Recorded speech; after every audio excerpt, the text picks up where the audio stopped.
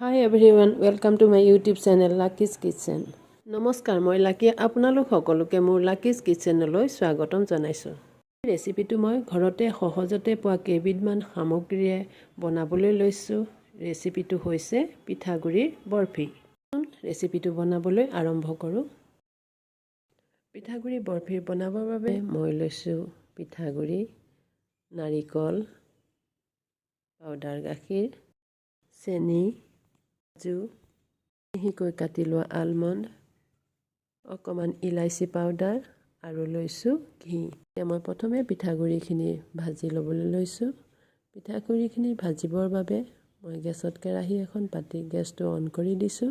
কেৰাহী গৰম হোৱাত ইয়াতে মই অকণমান ঘি ঢালি দিছোঁ। এতিয়া পিঠাগুড়িখিনি দি অকণমান সময় ভাজি ল'ম। এই পিঠাগুড়িখিনি অকণমান ৰঙচুৱা হোৱালৈকে মই ভাজি লৈছোঁ। পিঠাগুড়ি এয়া ভজা হৈ গৈছে। এতিয়া পিঠাগুড়িখিনি ভজা হোৱাত এইখিনি মই এখন কাঁহীত উলিয়াই লৈছোঁ। এতিয়া কাজুখিনি সেই একেটা কেৰাহীতে মই অকণমান ঘি ঢালি ভাজি ল'ম। এতিয়া কাজুখিনি ব্ৰাউন কালাৰ হোৱালৈকে ভাজিব লাগিব। এতিয়া এই কাজুখিনি ভজা হৈ গৈছে। এইখিনি মই এটা বাটিত উলিয়াই ৰাখিছোঁ। গেছটো অফ কৰি কাজুখিনি অলপ সময় ঠাণ্ডা হ'বৰ বাবে ৰাখি দিছোঁ। কাজুখিনি ঠাণ্ডা হোৱাত এটা মিক্সিং জাৰত ভৰাই এইখিনি মই পিচি লৈছোঁ।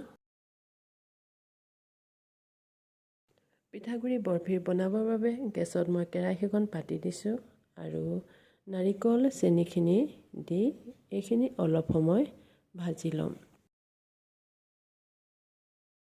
নাৰিকলৰ লাডু বনাবৰ বাবে যেনেদৰে আমি অলপ আঠা হোৱালৈকে নাৰিকলখিনি ভাজি থাকোঁ, তেনেকুৱা পৰ্যায়লৈকে এইখিনি ভাজি থাকিব লাগিব। নাৰিকলখিনি অলপ সময় ভজাৰ পিছত আঠা নিচিনা হৈ অহাত ইয়াতে মই পাউডাৰ গাখীৰ 3 চামুচ মিলাই দিছোঁ। পিচি লোৱা কাজুখিনি মিলাই দিছোঁ। এখন সৰু চামুচে 6 চামুচ পিঠাগুড়ি মিলাই দিছোঁ। একেবাৰে শেষত ইলাইচি পাউডাৰখিনি মিলাই গেছটো অফ কৰি দিছোঁ। এখন কাঁহীত অকণমান ঘি ঢালি এইখিনি চাৰিওফালে সানি লৈছোঁ। এতিয়া এই মিশ্ৰণখিনি কাঁহীখনত ঢালি এনেদৰে হাতেৰে স্প্ৰেড কৰি দিছোঁ। কাটি লোৱা আলমণ্ডখিনি মই ইয়াৰ ওপৰতে গাৰ্নিচিং কৰি দিছোঁ। এতিয়া এইখিনি 5 মিনিট সময় ঠাণ্ডা হ'বৰ বাবে ৰাখি দিছোঁ। 5 মিনিটৰ পিছত এইখিনি মই বৰফি আকাৰত কাটি লৈছোঁ। কাটি আৰু অকণমান সময় ঠাণ্ডা হ'বলৈ দিছোঁ। এতিয়া এইখিনি দেখিছেনে কি ধুনীয়া হৈছে পিঠাগুড়িৰ বৰফি।